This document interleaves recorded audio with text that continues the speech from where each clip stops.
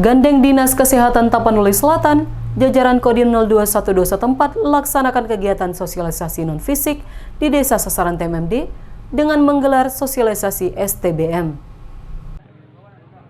Sebagai penyeimbang pelaksanaan program TNI Manunggal membangun desa yang salah satunya dilaksanakan di Desa Sihom, Kecamatan Angkola Barat, Kabupaten Tapanuli Selatan ini, diperlukan pelaksanaan kegiatan non-fisik. Terlebih lagi saat ini wabah COVID-19 makin meninggi, tentu diperlukan pendalaman wawasan yang tinggi oleh masyarakat, khususnya pedesaan, terlebih lagi dalam pelaksanaan sanitasi total.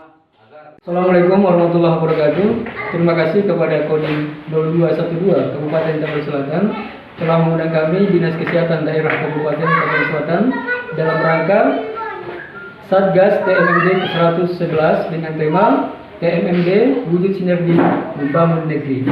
Pada kesempatan ini kami dari Dinas Kesehatan Daerah Kabupaten Tapanuli Selatan memberikan penyuluhan dan sosialisasi tentang program sanitasi total berbasis masyarakat atau yang biasa disingkat dengan STBM, dengan harapan masyarakat terkhusus untuk desa Dusun Adian Dauli mau berubah dan melaksanakan program STBM tersebut, dan umumnya adalah masyarakat desa Siwom.